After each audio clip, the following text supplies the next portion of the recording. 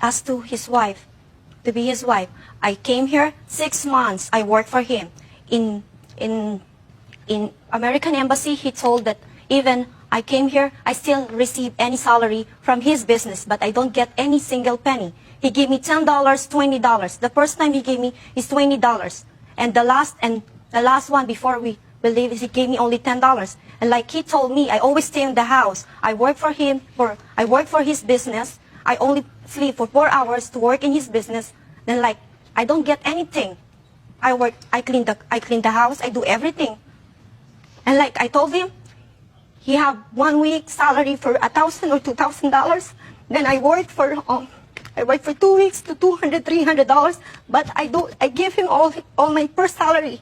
So I told him, did I ask you any money from your salary? I didn't even touch your money. Even we have joint account. Judge Judy continues in a moment. Real cases, real people. Judge Judy. Arlene Rose says when she came from the Philippines to marry Thomas, a man she met by placing an ad in a dating magazine, he treated her horribly and quickly divorced her. Now he's suing her for long-distance phone calls she made to her family.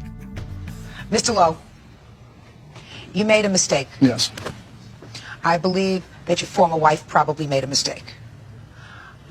Is it your intention to go back to the Philippines? Or are you going to stay here in the United States? I have to move on to my life. That's all I want. So what do you want to do? Where do you want to live? I have to settle all my problem here. What kind of problems do you have here, Miss Lowe? Other than this one. This one is I'm going to make a non-problem for you. What other problems do you have? About the status I have. You mean your visa status? Yes, Mom. Do you want to stay in the United States or do you want to go home to the Philippines? I don't know if I can survive. Maybe I'll survive because I work for 2 jobs. I work 7 days. You work 2 jobs now? Yes, Mom. You send money home to your family? Sometimes. But I have to settle all my bills.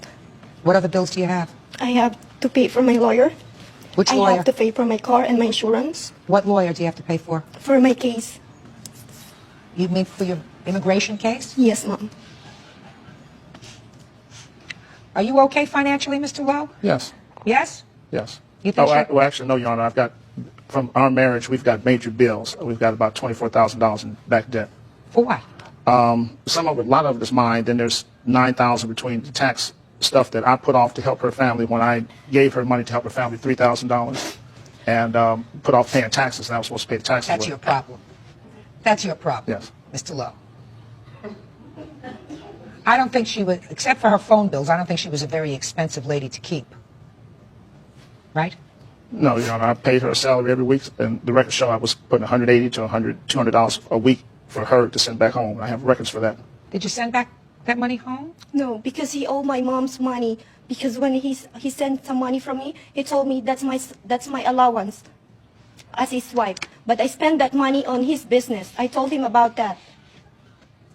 Mr. Lowe, who initiated the divorce proceedings here in California? She left the house, so I tried to reconcile with her. I initiated the divorce proceedings. You got it. See how fast he's a quick study. And did you have anything in the divorce proceedings about this $3,400 debt? Yes, Your Honor. And She what agreed was to that? pay for it. It's a marital agreement. Do you have that in writing? Yes. Can I see it, please? This is the one. She has it. Oh, jeez.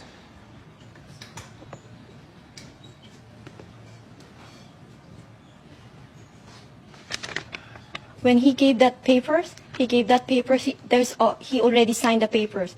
Then the one that he told that to sign it, and I bring it to my lawyer, the second agreement.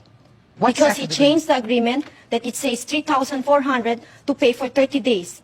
And he want me to sign that papers. Just a second. Is there another paper? Yeah, we That, have Your Honor, another. because of the first, we had the first original marriage agreement, and it wasn't notarized. That's why I have to come here now. And because it wasn't notarized, I had to get a second agreement done. I took that to her job. She said she had to go see her lawyer again with that. She never came back with that. We were forced to use the first agreement. Let me see your judgment of divorce, sir. This one. She has it. I want to see if it refers to the settlement agreement.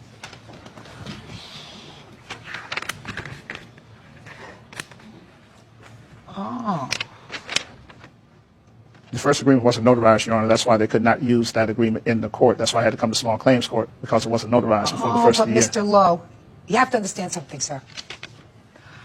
I like to see the right thing happen at the end of a case, because that's what I think that's supposed to happen in court. And if you show me an agreement and you say it's incorporated in your judgment of divorce, I have no choice, and I've explained that to your wife. I have no choice but to give you your judgment for $3,400, even though I don't feel good about it. I don't think she's, I don't think she's stupid, but I think that she was vulnerable, certainly more vulnerable than you are. So I feel sort of badly about having to make a judgment against her for $3,400, considering that she works 2 jobs and trying to maintain herself and send money home for her sister to go to school. I mean, that's hard. But now I have an out. Whew. Judge Judy is ready to rule. You say here, sir, we have no community assets or liabilities. The second, yeah. That's what it says here. Community assets liability, yes. That's what it says. You have no community assets or liabilities. That was before, when we first signed that agreement, that was before all the taxes came. So that's when we tried to make the second agreement. This is dated November 7th. Yes. This is dated in October. Yes, I could not use the first one. You can't use That's it. because it wasn't notarized. So it wasn't notarized. So what am I supposed to do? That's why when I went to court, the judge said if I wanted to settle this, I had to then take her to small claims court. Okay. So now, so it's not part of the judgment of divorce, so I'm not bound by another court's ruling. No, But you're it's not. part of another. All right, then that's very easy. Mr. Lowe, your wife is 23 years old? Yes, ma'am. You're 45 years old. You're a man of the world. She's not. She was extravagant in the way she made phone calls. You have money? Not a lot, probably, but certainly more than she does. What's becoming clear is the difference between a same-age relationship in the same culture and a relationship with a young girl from a very different culture. This part also illustrates another difference in culture. Arlene is saying she's listening to her mother more than to Thomas. This is natural for her, but Thomas finds it difficult to understand. Here we get to the part where Thomas is complaining because her family keep getting into financial problems and asking more money from him. Those of us with Filipina wives will be well familiar with this situation, and we've all solved it in our own different ways. Arlene has been upfront throughout and has told Thomas from the start that she has a responsibility to support her family. Arlene is now on her own and says she must continue to find a way to support her parents. The judge does the best she can to help Arlene. Please watch the rest of this video and let us know what you think. Also, please follow us. We need the support to keep going. And then please like and share. Didn't.